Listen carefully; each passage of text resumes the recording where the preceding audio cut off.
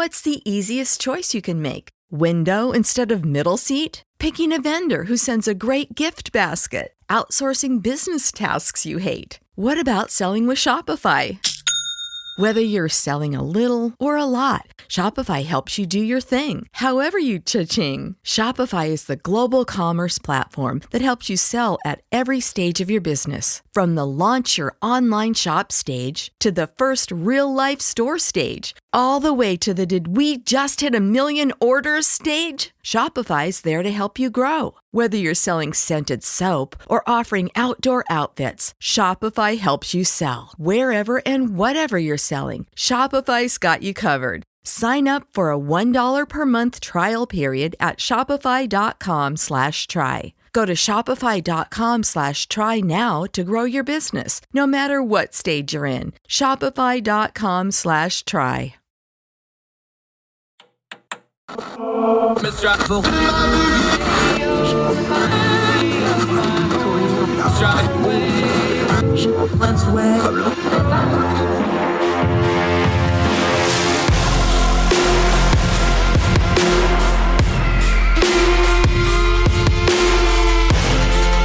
your host, Andrew Donaldson. This is Heard Tell.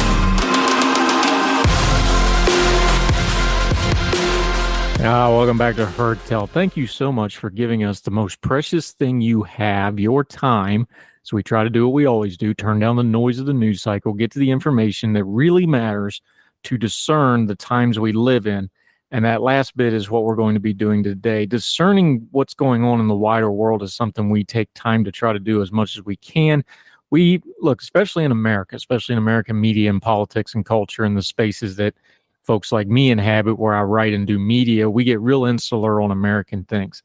It's pretty lonely if you're a foreign policy person the last few years. There's just not a lot of appetite for foreign policy. America's in a little bit of an isolationist phase. There's a lot of reasons for that. We'll discuss some other time, but there's really big stuff happening in the world.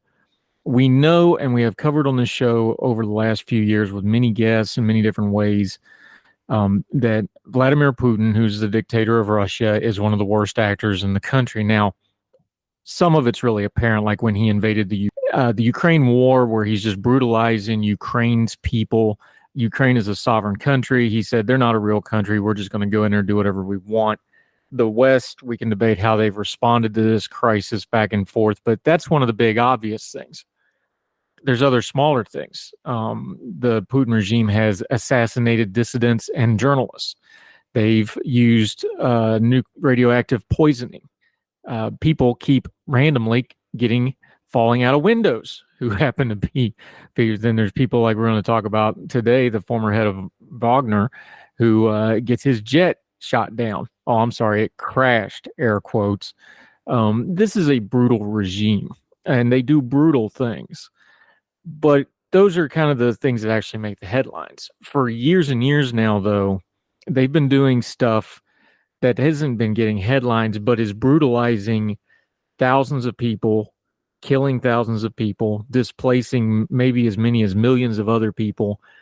And it's how this regime helps fund what they're doing. Now, they have vast resources with things like oil. That's how they keep parts of Europe under their thumb, because they need the energy, the gas and oil from Russia. But the Wagner Group also takes money out of Africa. And the way they're doing it, the Wagner Mercenary Group, which has gotten some play, it has changed over the last 2-3 years. There's been big developments with it. They go down to Africa. They'll prop up a strongman regime in a certain country in exchange for the resources of that country, usually gold or mineral rights or other things like this.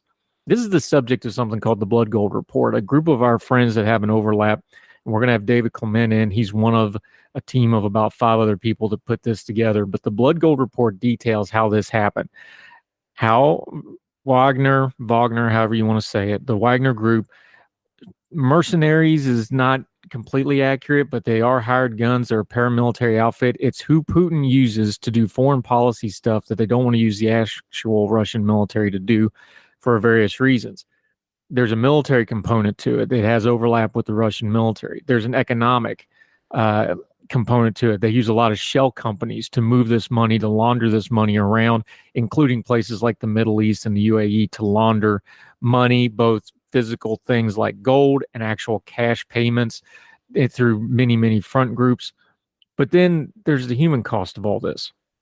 These countries, Mali, Sudan, Central African Republic, there's others. Those are the three we're going to focus our conversation on.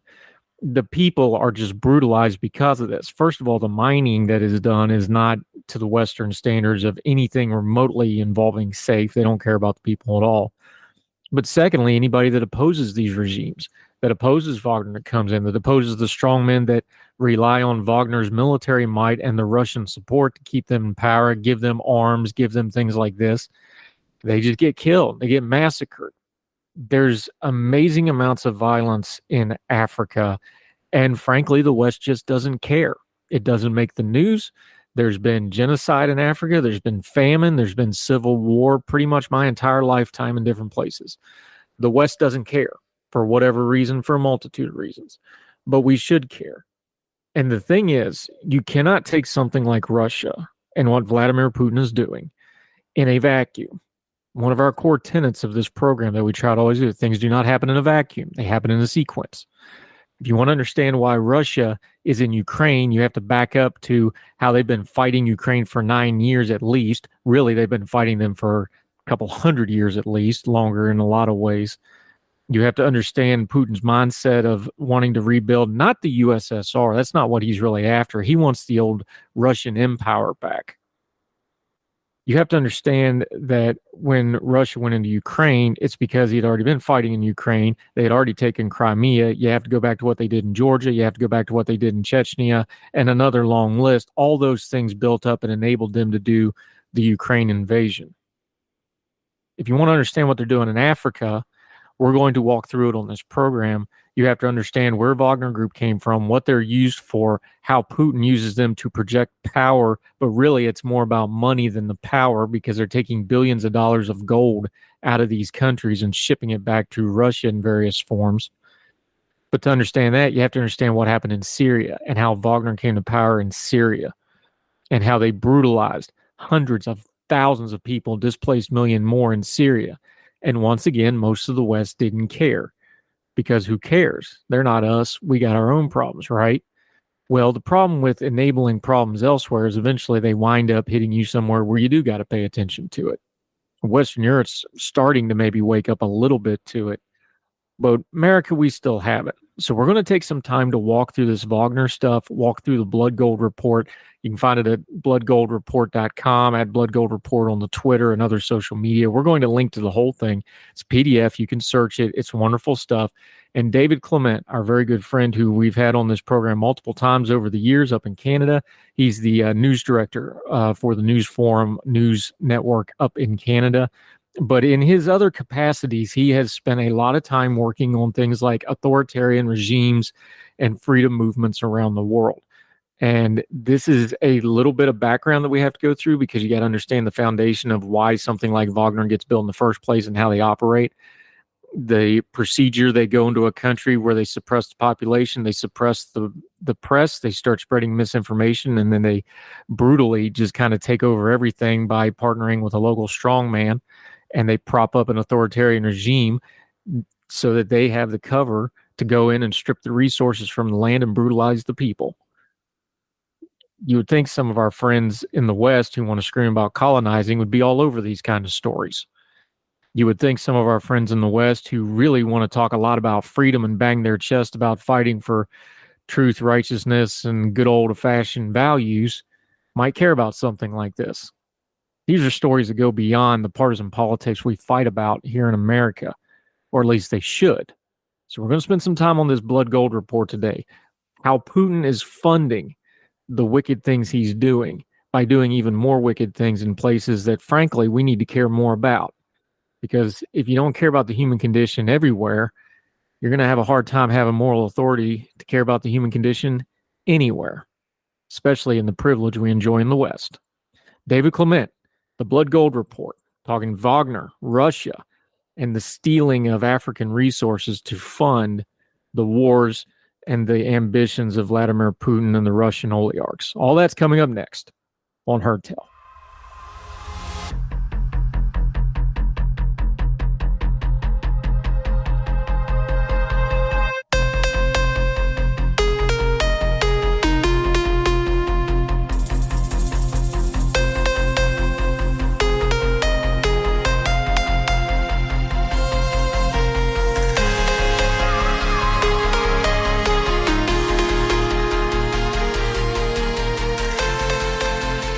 Love it. Welcome back to Heard Tell. Okay, I've been wanting to cover this topic for a while. We've covered it in the news, but we haven't been able to really dig into it in depth. But a group of our friends of the program, friends of the show, friends of ours, have done an excellent report on it called the Blood Gold Report. We're going to get into it with David Clement. You've seen him on the program many times before. He's news director up for the News Forum up in Canada. He's also a senior fellow at 21 Democracy. There's a list of people involved. We'll get to them in a minute, but we're going to talk to you about it, Dave. Appreciate the time, my friend. Thank you very much. This group of folks, I follow almost all of them, so I was already aware of it. When you put a team together to get into this, I was struck by the background and the diversity of the background of these folks. You have an African expert, you got a humanitarian expert. You've done a lot of work outside of some of your commentary stuff, but you do a lot of on authoritative regimes. That's kind of one of the things you've studied a lot over the years. Mm-hmm. It really does take a diverse background of people to dig into a subject like this because it covers so much ground, because you got an authoritarian regime. It's an economic ploy for money. Economics is a nice way of saying is stealing money. There's a huge military component. There's geopolitics involved. You really do need that kind of a broad base to get into this because it's such a mess to try to explain, and it covers so many different areas. Yeah, and it is quite a team that's been put together. The group of us who, I mean, as you can understand, with the length of the report, took quite a bit of time to put all of the pieces together and frame it in a way that was understandable for a general audience and policymakers in Canada, the US, and the EU as well. So it's been quite a journey so far, and not to pat ourselves on the back, but I feel like it's a bit of a dream team of folks who've helped put this together.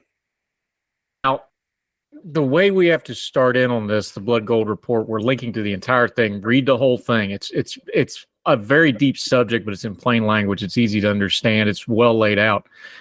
We're dealing with Russia. We know Vladimir Putin is the dictator of Russia. We know he has the elections where he gets 90. He was gracious and went down to 93% this election. I guess he really wanted to show off a little bit. Russia is not a normal country. And I want to be real careful here. When I say Russia today, mostly I'm going to be talking about the Russian regime, Vladimir Putin and his thugs and his oligarchs. The Russian people are a little bit separate from that. Just want to lay that out first. So when I'm saying Russia, I'm mostly talking about Putin and the regime here. It's not ran like a normal country. It has the trappings of state. It's a huge country, obviously. It has vast oil and other resources. It has a big military, but it's not run like a normal country. It's not even run like a normal dictatorship. It has an oligarchy that has propped up Putin.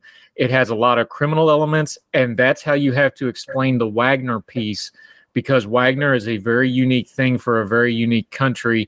So when we say dictatorship, yeah, it is, but this has some unique principles we need to understand to get to the Wagner piece, isn't it? Yeah. It's one part corrupt dictatorship, one part kleptocracy would be the best way to describe it, between Putin, the oligarchs, and the Wagner forces. So on Wagner, they are essentially the ugly private military, the PMC arm of the Kremlin. They are the ones responsible for the worst of the worst in Ukraine, but also the worst of the worst all throughout Africa and other areas. And what a lot of people didn't realize, and we found this out in the conversations we had after publishing the report, is the death of Yevgeny Prigozhin didn't mean that the Wagner forces went away. I think some kind of assumed that, there was this rift between these mercenaries and Putin, and there was the whole threat of Prigozhin threatening to march onto Moscow, and then he winds up with his plane falling out of the sky. Therefore, the Wagner forces are no longer. That is not the case. They are still functioning, alive and well, and dipping their toes into domestic and regional conflicts all throughout Africa, which is really where the concept of blood gold comes from, is their operations in we looked at 3 countries, and specifically the Central African Republic, Sudan, and Mali.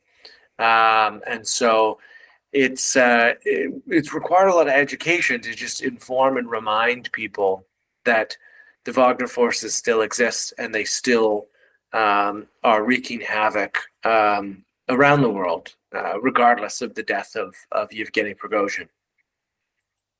Now, it's important, and you started out this, I think it's the first or second page of the Blood Gold report.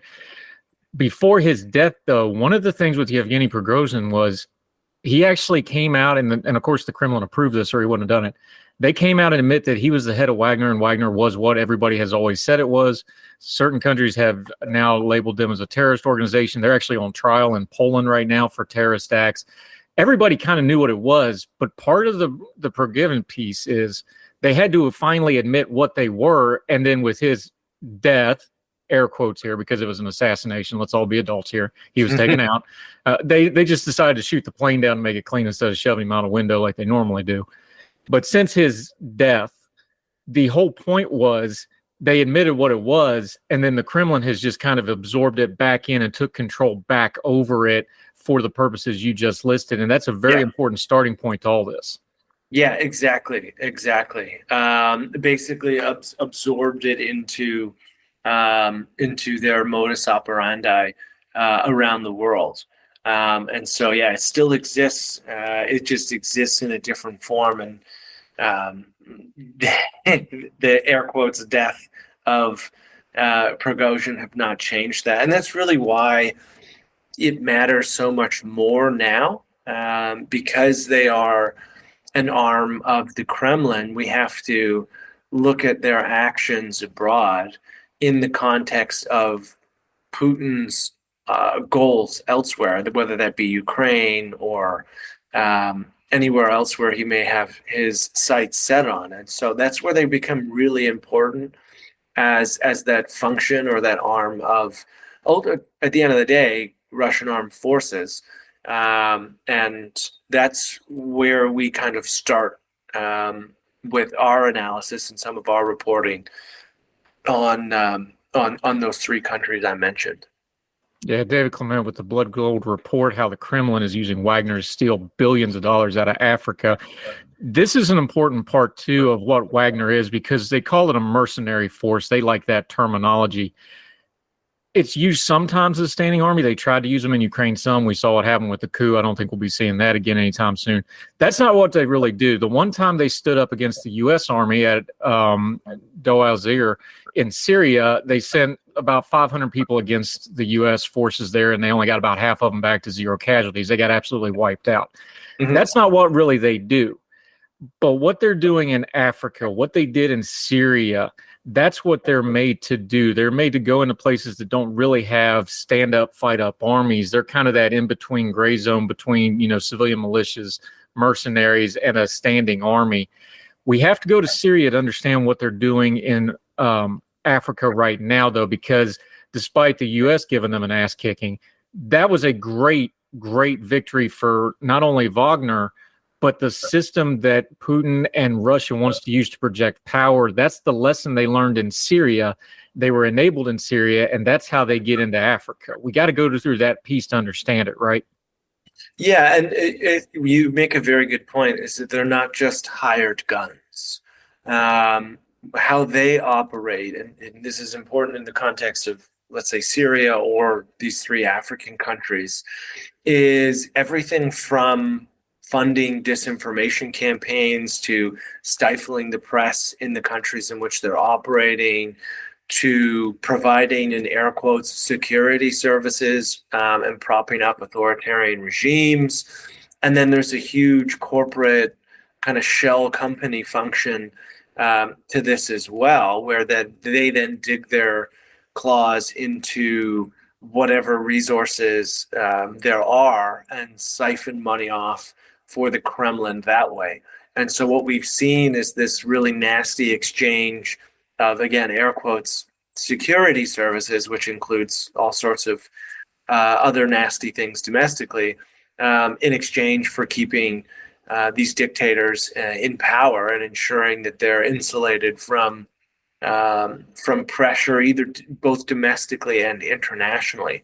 And so very often when the Wagner forces end up in a country, they set their sights on the local population in many of these instances in order to help insulate whoever their dictator client is from opposition, from protest, from basically anything that would potentially threaten the ability for that individual to stay in power. Yeah, David Clement with the Blood Gold Report. You laid out 4 steps to this process that you just described. They suppress opposition, they spread disinformation. Anybody that's online and has social media is familiar with the Russian disinformation campaign, or you should be. If you're not, you need to look it up, kids. You are the subject matter of Russian disinformation, whether you know it or not, if you have any kind of social media account. They spread disinformation, they silence independent media, and then the 4th step is they start terrorizing the civilians. This is the pattern over and over again. So when we're talking about Sudan, Mali, the Central African Republic, various other places they're going in and out of, it's always the same model where they use this paramilitary mercenary force to do those 4 things to prop up whoever the local strongman they're going to go through for. And the exchange of goods there is going to be the resources, gold, oil, etc. Yeah, exactly. And we see that playbook implemented over and over. And although we just focused on these 3 countries, I mean, the coup in Niger is likely going to end up being the exact same playbook. That's not the subject of our reporting, but as you see kind of unrest spread throughout that part of Africa, you're seeing the calling cards of Russian influence and the Wagner mercenaries throughout. And so we're going to continue to see this, unfortunately, spread if something isn't done about it. If that 4-step process is allowed to just run rampant through Africa, we're going to see the just complete erosion of the rule of law in many of these countries. You're going to see dictators propped up with the backing of Wagner and the Kremlin. You're going to see the erosion of whatever free press exists in these countries, or civil society groups who oppose the authoritarian regimes they're then forced to live under. And then ultimately that ends up with violence and violence against the domestic population. And we've seen that time and time again in Sudan, in the CAR, in Mali, where a number of investigations, whether UN or otherwise, report civilians being killed, just systematic killing of innocent civilians whose crime is nothing more than not wanting to live under the authoritarian dictator who's been propped up.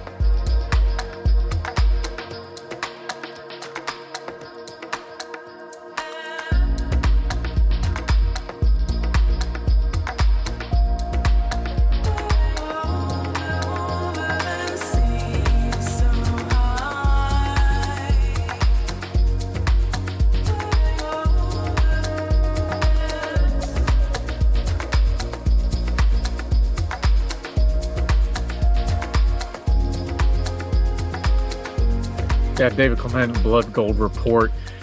The economic part of this has to be dealt with as well, because these are things we used to watch. The old drug cartel movies are like, well, we're going to get vertically integrated. That's what Wagner and Russia has done with these. And they use a lot of shell companies. There's a economic that you have legitimate fronts. That's the only way to explain it. You have front companies, shell companies that do things like take over a mine or take over a resource or take over an airport, some kind of infrastructure even. They use those as the frontage. They use Wagner as the muscle. They run it all through the local government that they're propping up, whoever the strong man happens to be. The economic component of this, using businesses as fronts, is something that is very important, understanding what's going on here.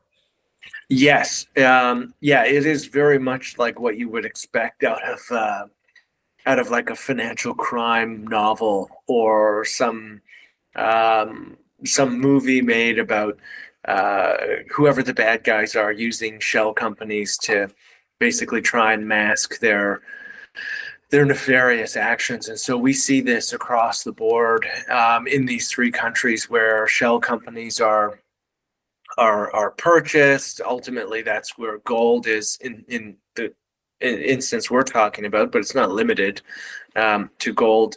Gold is then siphoned through there. It mysteriously somehow ends up in Russia, and that is a way for the Kremlin to generate funds, also avoid sanctions, and essentially keep the war machine going, despite Western efforts so far to try and kneecap Putin and the ability to keep their invasion of Ukraine ongoing. And so it's probably too niche to get into the hyper specifics of what we reported on, just by virtue of the names and of companies that have changed or changed hands and all of that over the time in which we studied the issue.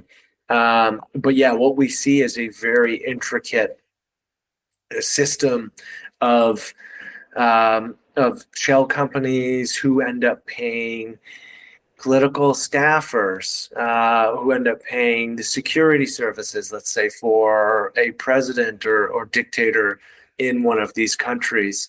Shell companies who then become the corporate structure where gold goes legally, in air quotes, funnels through and then gets to ultimately, let's say, somewhere like the United Arab Emirates to be washed.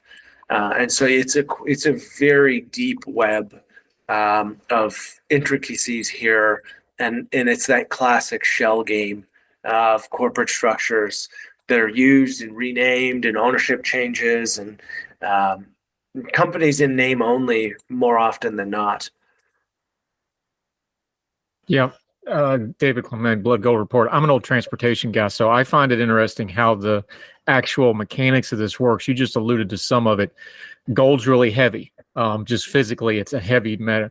When you mine it, it has to be refined. Gold bars don't come out of the ground. They don't grow on trees. You got to make those gold bars, and you got to ship that stuff. Mm-hmm. How they're physically getting it in and out of the country is a huge part of this, because you can't, like you just mentioned, it's not like you can just FedEx this stuff. It's big, it's heavy. It takes basically, frankly, in this military grade equipment to move it. We have the photos. Some of them are in the port. They use basically military transport that's been provided by Wagner and others to move this stuff. They have to physically mine it, physically pick it up, physically refine it, and then physically ship it somewhere else, either to a third party. You mentioned in the Middle East, there's a couple different countries that'll launder this money for them, or to eventually get it back to Russia. That part of it is very important, because logistically, gold has always been really hard to move around. That's one of the reasons it's really valuable. It's really hard to mine. Another reason it's really valuable. They seem to have almost made an art form out of not only moving this stuff around, but doing it and making it disappear in the middle of the process. Yes. Yeah. There are some examples from our report. If we look at Sudan, so something like 32.7 tons of gold in Sudan were unaccounted for in 2021, and it's largely believed that it's Wagner smuggling is the primary reason for that deficit. So I mean, at a market rate of 60 million per ton, that could be as much as 1.9 billion if those figures are correct. And it's important to highlight here, if you look at Sudan, so 32.7 tons of gold were unaccounted for. The official exports of gold from Sudan is 34.5 tons in that same time period. So essentially half of the gold mined out of Sudan is potentially ending up in this web of Russian influence. And I mean, in February of 2022, a Russian cargo plane was about to take off from Khartoum airport.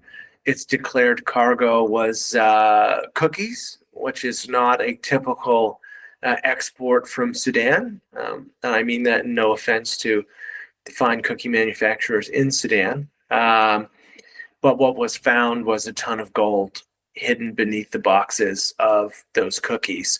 And the Sudanese authorities at the time believed that it was one of at least 16 smuggling flights conducted involving Russian military registered planes traveling from Khartoum to Syria. And Syria is important because that's where Russia operates a major airbase. And so that is one aspect of, in the Sudanese example, how they're getting gold out of the country they're taking it from, and then how it ends up either in Russia or elsewhere. And it's important to highlight here that there have been reports that one of the drones, Shahed drone, that the Russians commonly have used in Ukraine, they're originally from Iran, and it was always wondered, well, how did the Russians manage to buy all of these drones from Iran? What were they paying with? There have been increasing reports that it is likely they paid for those drones in gold. And where did they get the gold from? Well, it's more likely than not coming from the countries that they exploit in Africa and funnel the gold out. And so it's not just a scenario where you have, okay, the Kremlin is doing bad things, but there's no real direct link to their efforts in Ukraine. There certainly is. They're using funds and gold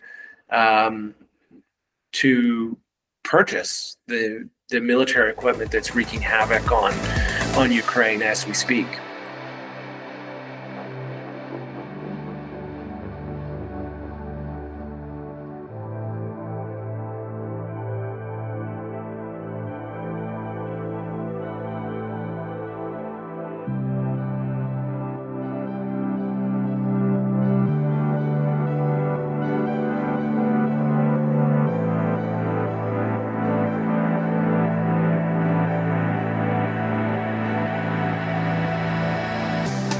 David Clement, the Blood Gold Report, along with a group of other folks.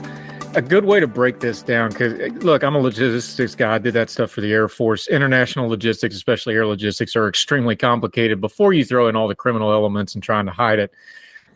You do a good job of breaking down a simple way of understanding it. Is there's upstream supply chain and downstream supply chain. Upstream, of course, is, physically mining it, smelting it, the buyers and the traders, that sort of stuff. The downstream is the forwarding agents, the people that will procure it, that'll move it, and then eventually the consumer, whoever's actually going to buy this stuff, right?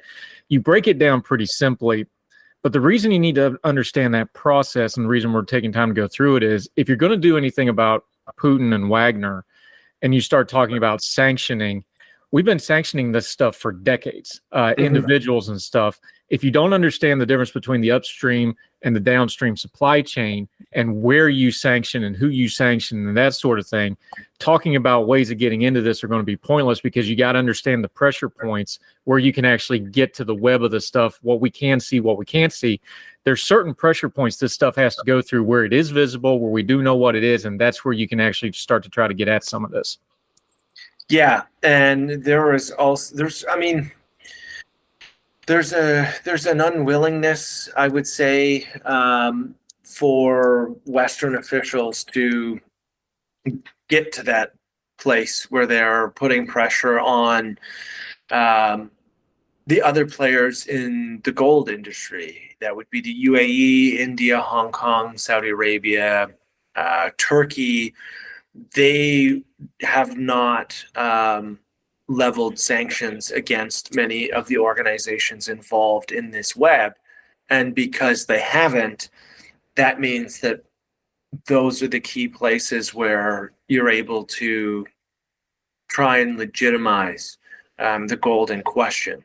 And so that's like the next step of the equation is, okay, well, those countries are not sanctioning these companies involved. And that is ultimately where much of this gold is washed, for lack of a better term.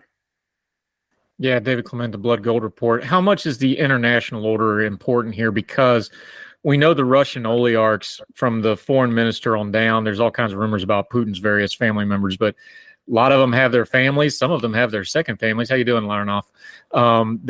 They all get put up in real fancy places in London, right? That's where they keep their families. A lot of the money goes through banks like in Frankfurt in Germany. The EU has some oversight here. You have a nice chart about how sanctions have kind of ramped up against Wagner and the various people about them. They are cranking it up. It's getting increasingly more for what we understand about Wagner. But like you said, they just change shell companies. They move people around. They kill off Brzezinski. Things like this happen. How important is that international order to keeping up with this? Because this really is something where some of these folks are living in the open. Some of this money's in the open. They're going through things like Deutsche Bank, which is a major player. They're going through London for a lot of these finances. The international order, this is really something where you're going to have an alliance to attack it, isn't it? Yeah. You need real buy-in from government and from the private sector, and if not from the private sector, at the demand of government. So, like, just to conceptualize the size and scope of the problem. So between 2021 and 2022, the UAE went from importing 1.3 tons of Russian gold to 75.7 tons of Russian gold. So a massive increase in that time. And the gold industry, the refinery industry in the UAE has largely avoided sanctions in that sense. And so they basically have a free hand to export Russian laundered gold to third parties, which also don't have sanctions. And that's where it continues down the line. And if you can get to the UAE and you can have gold refined from that point onward, and then you're moving more into legitimate businesses, and you have the global financial system then intertwined into it with what are or are not legitimate businesses, depending on the country we're talking about. That's where sanctions evasion really becomes a problem, because it's one thing if the government of Canada sanctions a particular company that's involved in this, but we're talking about global financial institutions. It requires more than one country doing one thing against one company to make this process stop. Yeah, David Clement joining us. You actually break it down in the report. There's things working for Western sanctions and against Western sanctions. Sanctions sound great at the podium. They sound great when Congress or the Canadian Parliament or the UK Parliament or the EU or whoever lists them out. And they do work, especially against individuals in some cases.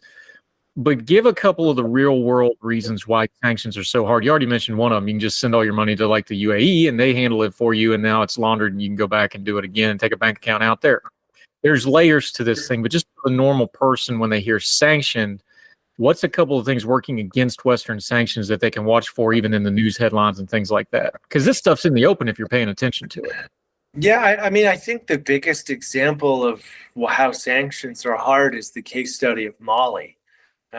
Which is one of the countries that we focused on, and is something that I was particularly focused on in my portion of the research, is that you have legitimate businesses, huge mining companies, two of which are Canadian, traded on the New York Stock Exchange and other exchanges internationally.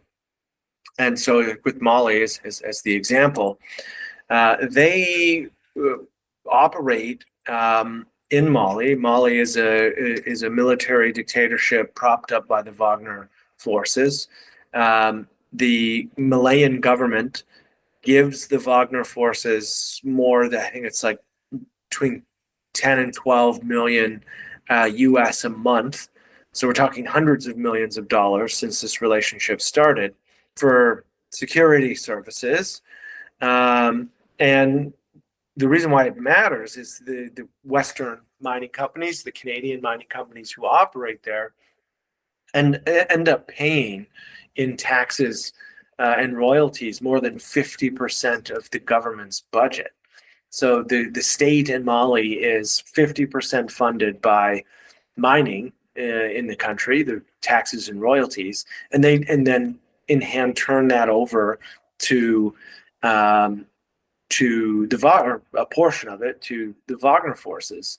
And so that is something that the sanction system that we have right now has been unable to address, even though we know that the amount of money paid in taxes just since Russia invaded Ukraine is probably about $1.8 billion to Mali's Russian-backed regime. But there's nothing in the sanctions portfolio, if you want to call it that, that tells the businesses who are making that process possible to knock it off or to cut it out. And so that's just a prime example of sanctions evasion that's completely stepped outside of what has been done sanctions-wise so far, because it's done through essentially pulling taxes out of the mining industry and then handing over a good portion of that to the Wagner troops. Now, in Mali, that is about to get a lot worse, because there was very recently a memorandum between Mali and the Russian government committed to open a new refinery, which means that all gold mined in Mali could eventually pass through a Russian refinery. And so that is a huge problem. It should be a huge problem. If you're a Western mining company and you're looking at the lay of the land, you know that your tax dollars are not only propping up a military government in Mali that's killing its own civilians and doing all sorts of terrible things. They're handing hundreds of millions of dollars over to the Wagner troops, and at some point in the near future, all the gold mined in the country is going to run through a Russian operation. Which, in the context of how we started this conversation, right? It's a Russian commerce internationally is very much that kleptocracy, oligarchy setup, and so those are almost always done to improve the purse of the Russian state. And that's where, with Mali being the case study, the sanctions just have not been able to yet put a dent in that setup. And just on one more point on Mali, not only could all gold go through a Russian facility in the near future, the taxes that have been paid in Mali have significantly increased year over year without any serious increase in mining activity. And so there you also have a military state able to generate more and more funds simply by demanding it. And so it's a problem that's outside of the sanctions and just continuously getting worse over time. David Clement of the Blood Gold Report. We're going to link to the whole report again. It seems to me, and look, I'm one of the rare people that actually care about foreign policy, especially in America. We're just in a season where people just don't care. Look, it's cyclical. People are burned out. People don't pay attention to foreign policy. It seems to me, though, that we have a thing here, because anytime you talk sanctions, it's going to inevitably get into, data crunching of numbers and bank accounts and stuff, and you lose the human factor of what's involved here. I think the push to make Wagner, at least, and some of the other people, and frankly, you can make the whole country of Russia right now a terrorist state, but that's pie in the sky shooting high. Declaring at least Wagner a terrorist organization and the people arranged with, this seems like something that could get a little bit of horsepower behind it. Look, I've got decades and decades of proof that the West just does not care about dying people in Africa. You got evidence proves me wrong. Go ahead and bring it forth, because I haven't seen it. However, we got video of what they do. They are a terrorist organization. There is a massive human toll. The mining itself is inhumane when you look at how most of these mines are run. Look, I'm a West Virginian. I know a little bit about mining. If you see any of the videos of how they actually do the mining here, it is inhumane. The people toll of the people of these places is just catastrophic. Maybe you can get enough viral video. Maybe you can get a little bit where at least a few people care. But it seems to me that declaring them a terrorist organization and going that route, you might actually get some human interest to start getting some movement that way, because the sanction stuff just turns into math too fast. And at least with terrorism, people understand, terrorism, human cost. They can put that together in their head. How do we make that argument a little bit more effective and tie that to all this business and all this money and all this gold and all this money laundering and all the criminal element? Because at some point, you got to get it to a basic morsel soundbite to get people to care, right? Terrorism can kind of do that. Yeah, I agree with you. I think declaring Wagner as a terrorist organization would be a great start. I think for most people who understand what they do, um, that's a no-brainer. Anyone who has taken more than 5 minutes to look at how the Wagner forces operate abroad would see that they're certainly deserving of that title. That would be a good start. I do think that you're right in terms of that helps attach an appropriate label to how they operate, but one that is maybe a little more easily understood and can draw concern quicker in terms of how they operate. And so I would be fully on board with um, with that designation. It's surprising that it's taken some countries um, a lot. They've just been kind of kicking the tires for a long time. But again, it's with sanctions. It's only one country doing something can only go so far. If you don't have other countries buying in, then the way to evade is to simply shift your operations to avoid those sanctions by targeting middlemen that don't designate you as a terrorist organization or haven't sanctioned your shell companies and things like that.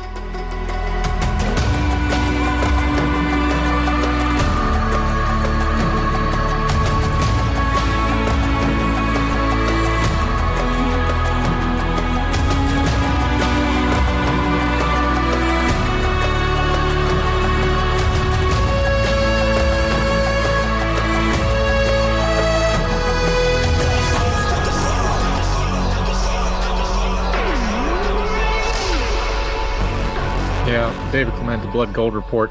Unfortunately, and we could talk about this for 3 hours because there's so many layers. You're going to have to do this. This is one of those issues where folks are going to kind of have to do their own media scrubbing to get to this information. I know the Blood Gold at Twitter has some good feeds. That's an ongoing feed, by the way. They have lots of stuff on there. What's some of the outlets? Because look, getting reliable, you just mentioned it. One of the first things they do when Wagner goes in this country is they take over the local press and they suppress things. We've had reports in places like Sudan and Mali where they actually just take down the internet for times when something happens. They'll just cut it off for everybody. Take down cell phone service around these mining areas. That's happened. It's something that happened in Syria as well. They don't want it out. It ain't going to get out. They'll keep it in. How can people keep up with this? Not just through the Blood Gold Report, but y'all had to draw from a lot of sources.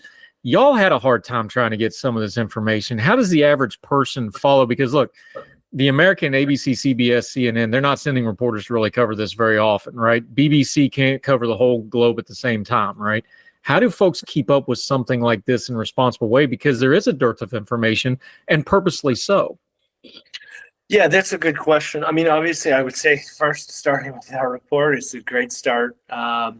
Following some of my colleagues online who are on this beat all the time is another good start. But it is an uphill battle, right? It's an uphill battle to get accurate information from some of these countries because they become very closed off, and what comes out media wise is only what's approved. Just to draw a comparison, not that they're the same, but they are certainly similar.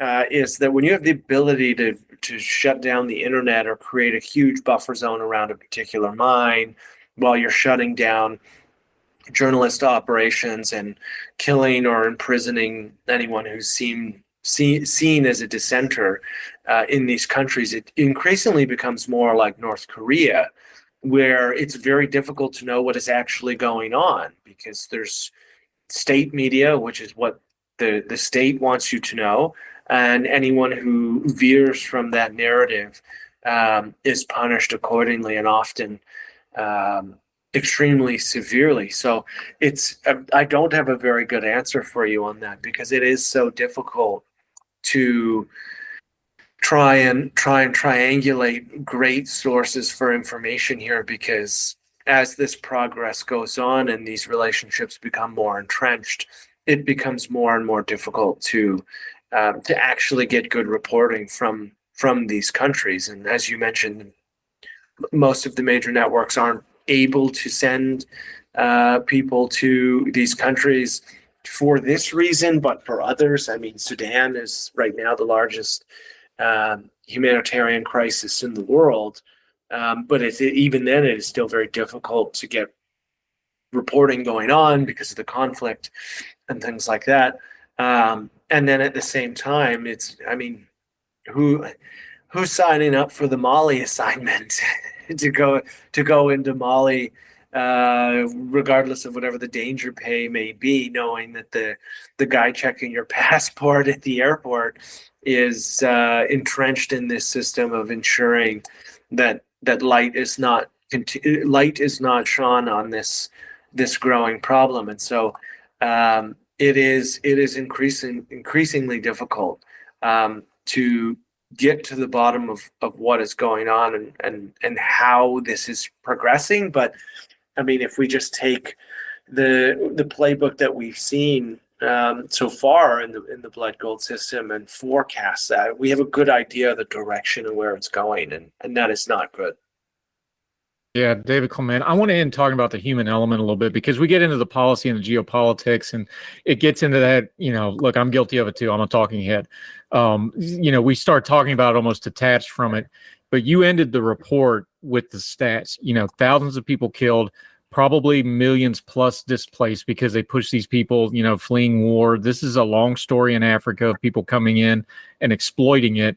But this is a new thing because it's not just the gold. There's the geopolitical parts of it. There's the funding other war parts of it. There's the projecting of power. There's the zone of influence is how Putin calls it, but it's the same idea, right? Mm-hmm. The human cost of this, just for a moment, I think it's important to do things like the Blood Gold report, because we detach the geopolitics from the human suffering on the ground. But the geopolitics of what Putin's doing, we see the video from Ukraine, we've seen the video from Syria, but what they're doing to fund that is just as brutal as the actual live shooting wars. And it's a shooting civil war in a lot of these countries. It's basically civil war in a lot of them, in a lot of ways. How do we tie that together? Because it really is an all of the above thing. If you really want to get to any kind of a solution or something to do about this problem, you have to understand it in the totality of, like, the brutalization on the battlefield starts with the brutalization of these local populations. Yeah. And I mean, that is a great point. I think the way I would frame this is in terms of why you should care, right? So if you particularly care about Ukraine and their struggle against what is just a disgusting invasion by an imperialist schizo-fascist in Vladimir Putin, well, you should care about this because it's helping continue that war. It's allowing for the Russians to fund the ability to dig their heels in and be limited less by money and more by how many young men they can throw into the meat grinder. And that's the position that the war is in now. And so if you care about Ukraine, you should care. If you care about the developing world, the spread of democracy, the spread of liberal values in the context of free and or open societies, well, then you should care, because the only reason why all of this is possible in Africa is because you have these awful dictator military junta regimes propped up on the bidding of Putin and the Kremlin. So if you care about the struggle and the strife of some of the most impoverished people in the world, as you should, well, the Russians are part of the problem in perpetuating that cycle of crisis, of turmoil, of poverty. And I mean, there are too many to go through. I mean, the list of atrocities committed by the Wagner forces is only growing. But I mean, there was a mass grave discovered where Kremlin-backed mercenaries killed, I think, 50 or 60 civilians in a small town and arrested 500 bystanders in collaboration with the soldiers of Mali and local militias. And like that type of egregious human rights violations, war crimes, however you want to call it, exists all the time. So if you care about those whom are the least well off in our global community, and you want to end that cycle, you should care about what the Russians are doing in these countries, because they're only perpetuating that cycle of poverty and turmoil and chaos. And if you care about the conduct of Western business abroad, you care about the values or the supposed values of how companies that carry the American flag or the Canadian flag are supposed to do business around the world, well, then you should care about how companies like Barrick Gold or B2 are operating in these countries and giving the excuse that this is just the cost of doing business, which is a remarkably weak justification for knowingly engaging in a system that empowers a brutal military government in Mali, propped up by the Kremlin, which profits the worst of the Kremlin's henchmen, who do the ugliest things on the battlefield and elsewhere. And so I would frame this under those kind of three categories in terms of why you should care. And I think that for most Canadians, most Americans, most listeners, they probably fall into one of those buckets. And those are just the major reasons why this is a big problem. It's a growing problem. It's getting worse, and some coherent, concrete steps have to be made in order to do something about this. Yeah, it's well said. Look, anytime you've got somebody running roughshod over people, usually you follow the money, you get to the truth of it. And that's exactly what the Blood Gold Report's doing here. We know Putin's a bad guy. We know Wagner's a bad guy. We know they're doing all kinds of bad things. But when you follow the money, it makes it really crystal clear just how bad, how widespread, and you just mentioned it, who's complicit and who's enabling it and who's turning a blind eye to it. We're not doing that. We're talking about it. bloodgoldreport.com, Blood Gold Report on the Twitter. Let folks know where they can follow what you got going on in the future. Because again, this isn't just a report. This is an ongoing way to kind of keep up with this. Let folks know how they can follow you, keep up with the Blood Gold Report stuff, and stay up to date until we get you back on Heard Tell again, my friend. Yeah, you follow me on Twitter at Clement Liberty. You'll see some of the Blood Gold stuff as well as other things that I'm working on.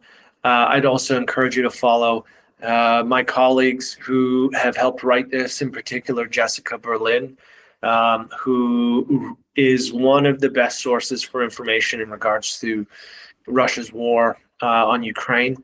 Those would be your best bets. Obviously, bloodgoldreport.com. Read the report if you have the time, and keep a lookout for more of our engagement on the issue as it continues to grow and build. Yeah, David Clement, appreciate the time. Important conversation. We'll have you back soon, my friend. Thank you for the time. Thank you.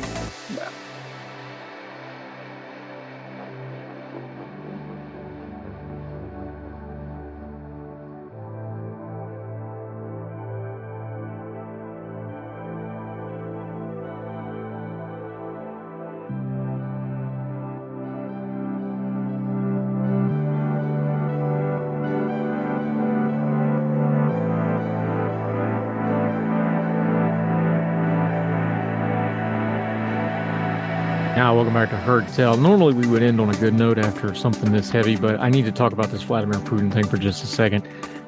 There's been a lot of reports about his health. He's getting up there in age. Vladimir Putin will not live forever. Whenever he passes off the scene, though, we need to have a realistic expectation of what happens after that. There's no succession plan. He hasn't named a successor. Nor can he really, because the second he does, he puts himself in jeopardy. He can't walk away because, by some accounts, Vladimir Putin might be the richest man in the world because of all the undue money that he has, all the dirty money he sits upon. He may be the richest man in the world. He's certainly one of the most powerful, especially considering he has almost no restraints. The people he does answer to, though, the oligarchs that keep him in power, we need to all understand something. Whatever comes after Vladimir Putin is probably going to be worse, because the guy that gets that job is going to pitch it to the oligarchs as, Vlad's problem really was he just really didn't commit to it. He didn't really want to fight the West. He didn't really want to do this, that, or the other. So the idea that something's going to get better after Putin is probably pie in the sky Pollyanna policy. It's probably going to be worse. It'll probably be even less restrained in some ways. Now, it's not all doom and gloom, because Russia, we've seen their military, especially their Navy, is pretty much a paper tiger. They're not nearly as powerful as they project to be. They have a lot of men. They have a lot of material. They can just, human wave you for a while. That's the problem in Ukraine. Ukraine just can't keep up with the sheer manpower getting thrown at them. Technologically wise, they're hanging in there. But they also have some real geopolitical spider webs that have to be cleaned out if you're going to really effectively deal with Russia.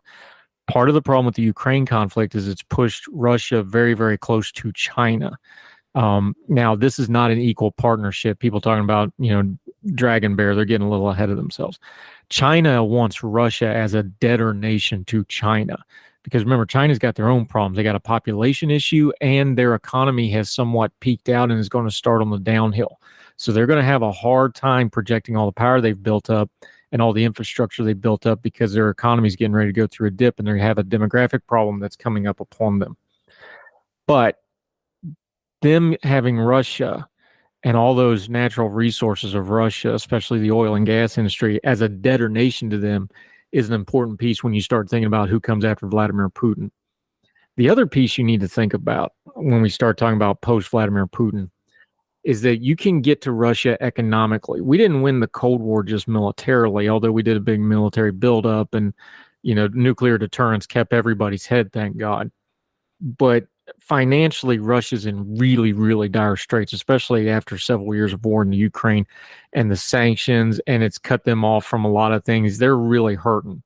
Now, they're not completely hurting, because there's still countries in, the West and Western Europe looking at you, Germany, who are very dependent on the gas and oil from Russia to feed their economic engines. This is their own fault, of course. They should have tried to get out of being dependent on Russia for oil and gas quite some time ago. They didn't. Here they are. So you have people like Olaf Scholz and the German government. Look, I love Germany. I lived there twice. This is just the reality of it. Their biggest foreign policy with Russia is, can we get back to business as usual as quickly as possible? Please stop acting the fool so we can go back to just getting your gas. Not that they don't care about human rights, but they have to have the energy component to be the economic engine for the entire EU. That's who Germany is. These are those spider webs I'm talking about. You can get after a dictator in non-military ways, but you have to have consistent, coherent foreign policy, which is something at least the last couple of presidents we've had have not been good at. And I'm somewhat dubious that in the future we will be good at. We need a consistent, coherent policy that keeps from enabling and appeasing people like Vladimir Putin into doing things like invading Ukraine. And I fear that there just isn't an appetite for that sort of effort right now. The problem is, if you don't do that, it'll eventually build until it gets worse and worse. And you wind up with a massive shooting war in Ukraine. And you wind up with Wagner taking over huge chunks of Africa. And you wind up with things like China impressing and imploring their power out in the South Pacific and elsewhere. The world does not stop turning based on partisan politics in the United States of America. That's why we will continue to take time to look at these issues, to try to broaden our worldview, to understand what's really going on in the world and cover these things. Because even if we can't get our government to do the right things about it, at least we won't be surprised when the world really does go to hell in a handbasket. That'll do it for Heard Tell. Please make sure you're following us wherever you're watching or listening, whether you're watching on the YouTube channel, listening, iHeartRadio, iTunes, Spotify, whatever the case may be. We sure appreciate you. Make sure you're following and subscribing. If you'd give us a share on your other social media platforms, we'd really appreciate that. Herdtell.substack.com, one-stop shopping for everything we do. So until we see you next time on Herd Tell, wherever you and yours are, across the street or around the world, we hope you're well. We hope you're well fed. And we'll talk to you again soon for more Herd Tell. All the music on Herd Tell is provided under a Creative Content license from monstercat.com. Somos la máquina.